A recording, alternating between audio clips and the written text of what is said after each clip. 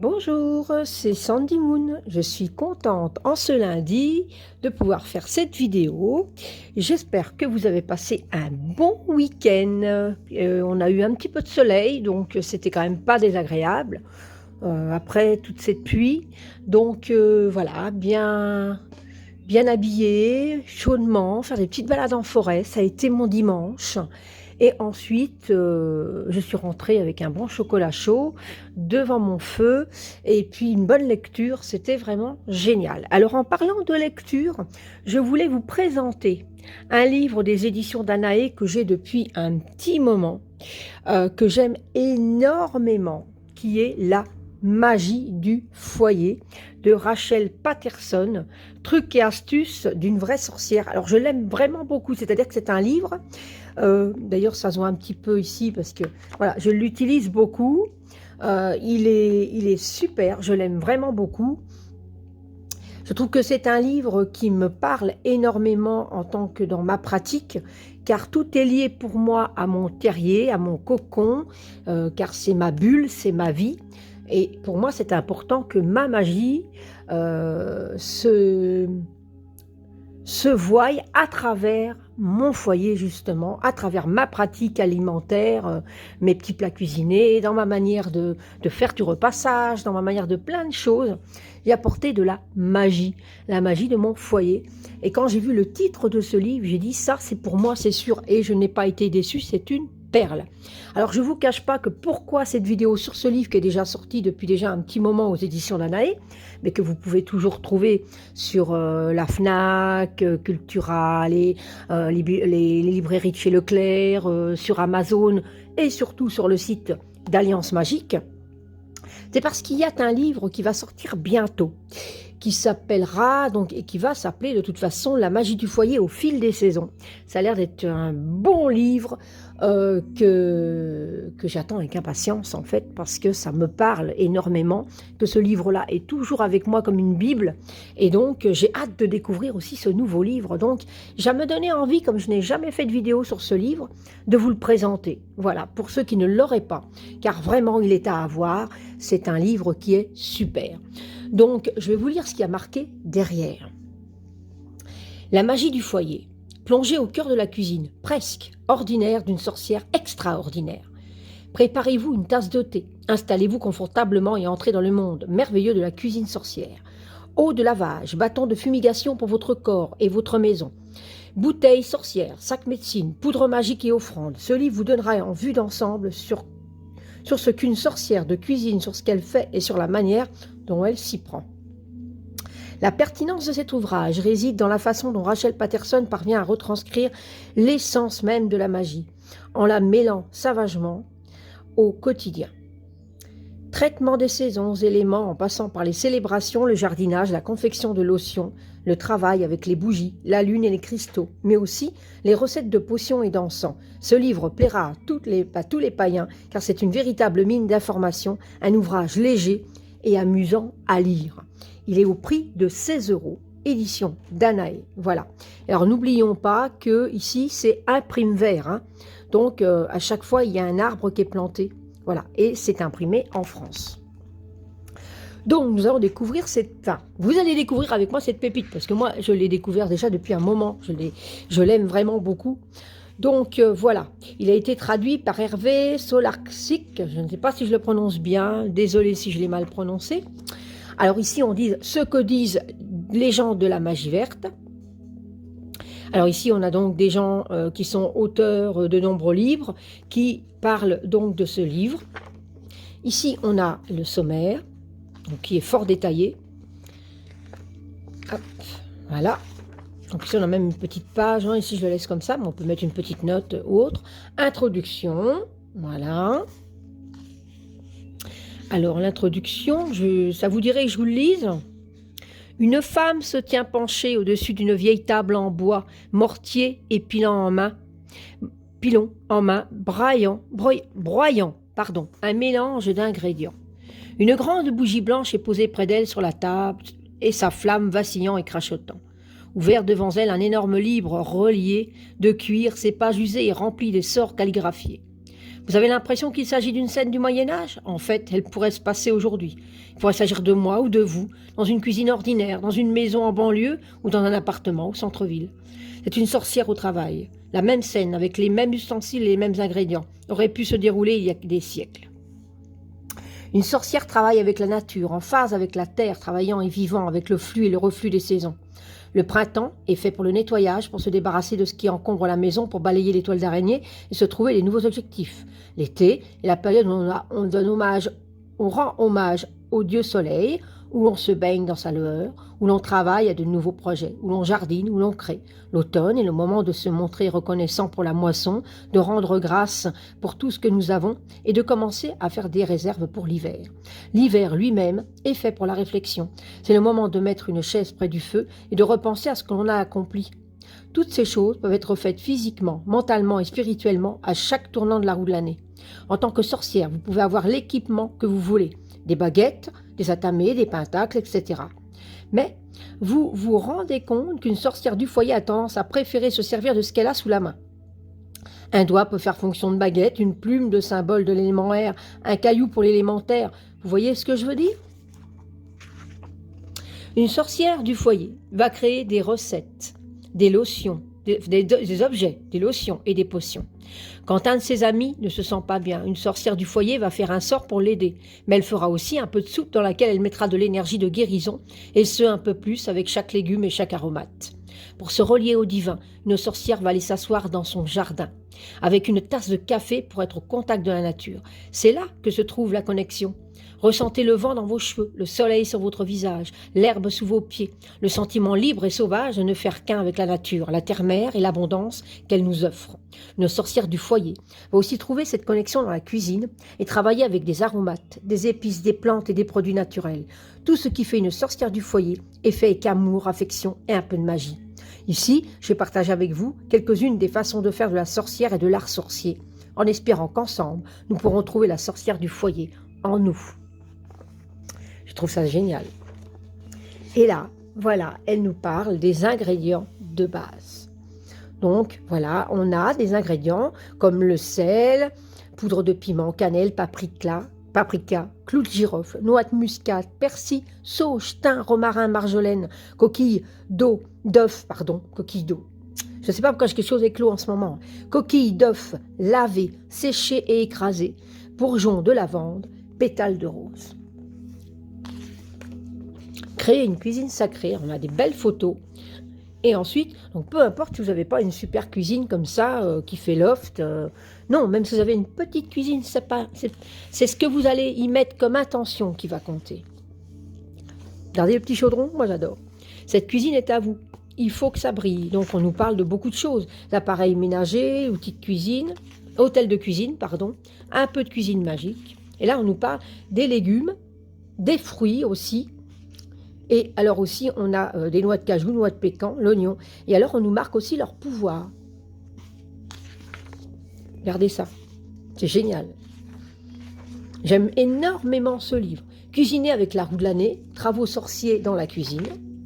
Quand l'inspiration s'échappe, tout ne tourne pas autour de la nourriture. De quels outils magiques se sert une sorcière du foyer? Célébrer les sabbats. Donc voilà. Donc en fonction des sabbats, voilà, on fait le tournant donc de la roue de l'année et on peut vivre chaque saison, voilà, dans notre foyer. Donc on a ici, donc on a eu Yule, oui, Imbolc, Ostara, Beltane, Lita, Lugnasa, Mabon, Samhain. Donc voilà, et là on nous parle de la pratique à travers la cuisine, à travers de l'encens, tout ça, et tout ce qu'on peut décorer, voilà. Ensuite, on a avec les cycles de la lune, hein. Donc là, on a la lune, parce qu'on peut, en fonction, par exemple, magie de la pleine lune, bonne pour les entreprises artistiques, la beauté, la santé, la forme physique, le changement et les décisions, les enfants, la compétition, les rêves, les familles, la santé, la guérison, la connaissance des entreprises juridiques, amour et relations amoureuses, argent, motivation, protection psychique et amélioration de soi. Donc à chaque on va dire, à chaque lune, quoi que ce soit la phase décroissante, la lune décroissante, la pleine lune, la nouvelle lune, on va nous dire ce qu'on peut vraiment travailler à ce moment-là. Les éléments, travailler avec les éléments. Donc voilà. Qu'est-ce qu'on peut faire avec eux pendant un rituel, tout ça. Donc on nous parle donc de chaque élément. Et on nous parle bien en plus de la direction, la nature, l'élémental, couleur, lieu, magie, plantes, pierres, métaux, animaux, saison, moment de la journée, outils et signes. Les sens, symboles et types de magie qu'on peut pour chaque saison. Donc c'est génial. Regardez ça. Là, ce livre, c'est à avoir tout le temps près de soi, à la cuisine, dans son salon. Voilà, c'est un livre qu'on doit savoir se replonger dedans régulièrement. Moi, je l'aime vraiment beaucoup. L'eau, l'esprit, donc c'est éther, hein, bien sûr. Voilà. Travailler avec l'énergie aussi, puisque nous sommes énergie, ne l'oublions pas. Donc, pour ressentir la magie, pour que vos sorts fonctionnent et pour que vos rituels produisent le résultat que vous souhaitez, vous avez besoin d'énergie. Voilà. La magie des bougies. Donc ça, c'est pareil, c'est génial. Moi, j'en ai dans ma salle de bain, j'en ai dans mon salon, j'en ai dans ma chambre et j'en ai également dans ma cuisine. C'est une petite cuisine américaine, mais côté cuisine, j'en ai aussi. Parce que quand je cuisine, je mets des bougies. Chaque chose, chaque ingrédient que je vais mélanger dans un plat, j'y mets une intention. Et la façon que je vais le travailler, si je dois mélanger par exemple de la farine avec des œufs ou quelque chose, peu importe ce que je dois préparer, dans l'ordre de cuisson que je dois faire un plat, je le fais avec une intention.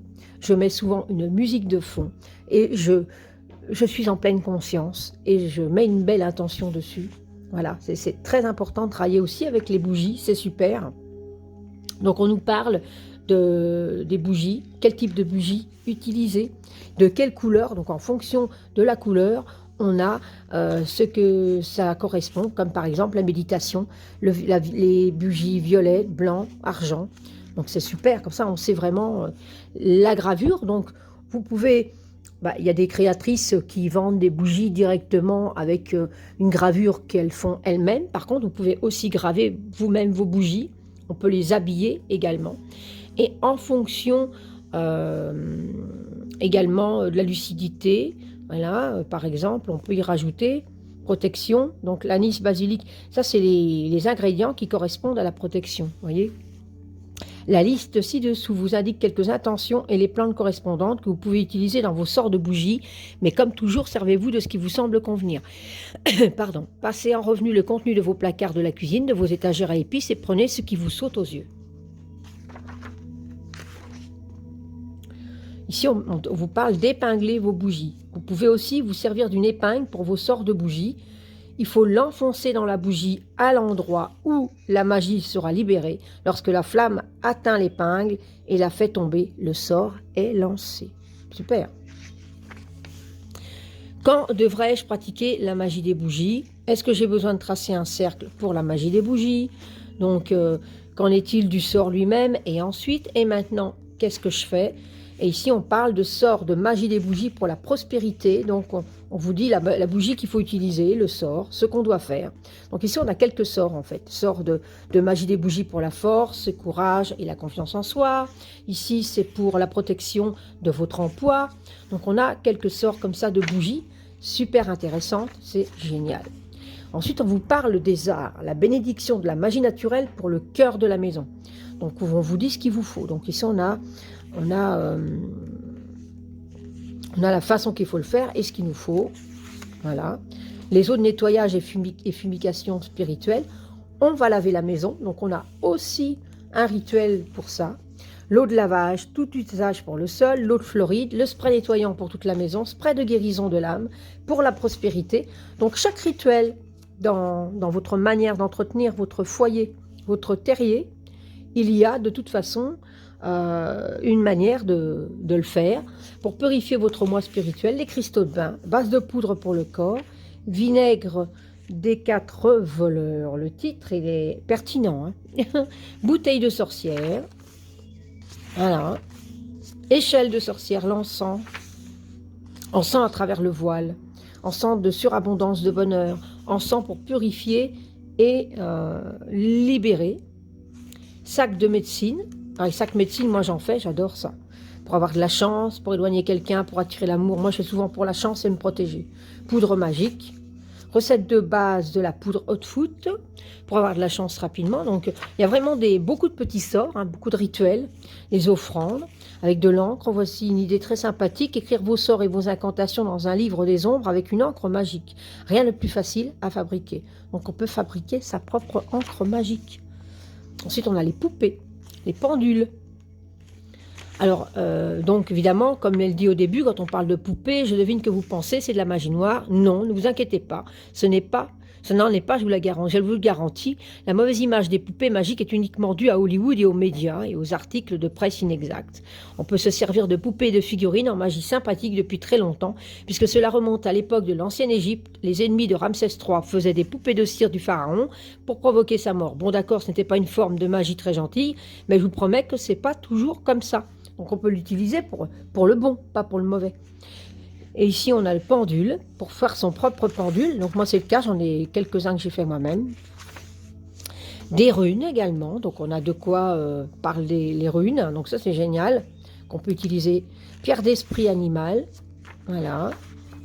Il est vraiment bien rempli. Jardinage magique. On a de quoi avoir un terrier magnifique avec une pratique magnifique. Peu importe si vous avez un grand terrier, s'il est petit, s'il est grand, si la cuisine c'est une cuisine américaine ou pas, si vous avez une petite pièce de rien, votre foyer, il doit devenir le vôtre.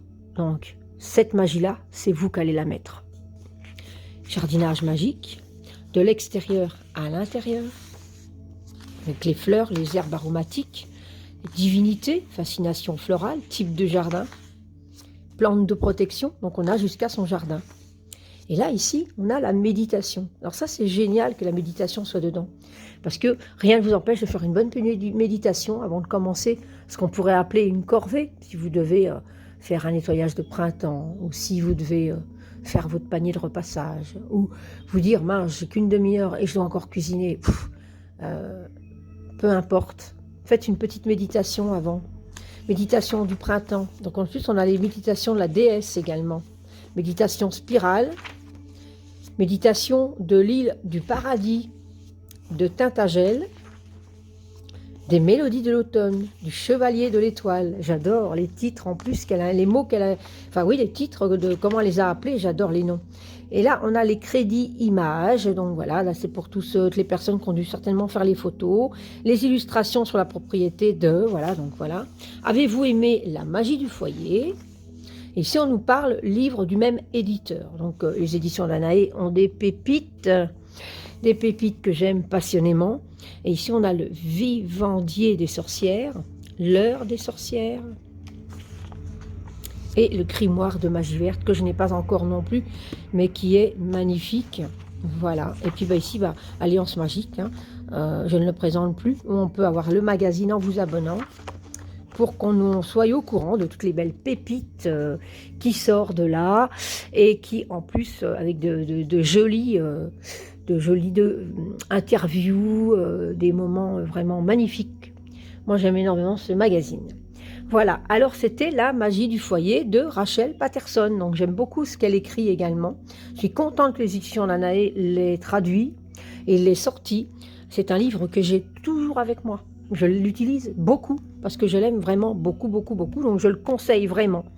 Et alors, j'attends avec impatience la sortie de La magie du foyer au fil des saisons, qui, je m'attends à quelque chose de magnifique. Et donc, celui-ci, c'est le livre que je rêve pour le moment, pour rejoindre celui-ci, car ils seront ensemble. Rien que déjà la petite illustration ici, moi, j'aime beaucoup. Et pourtant, c'est un livre qui n'est pas il n'y a pas, on va dire, des pages énormément. Il n'y en a que 135, 136, 137 pages.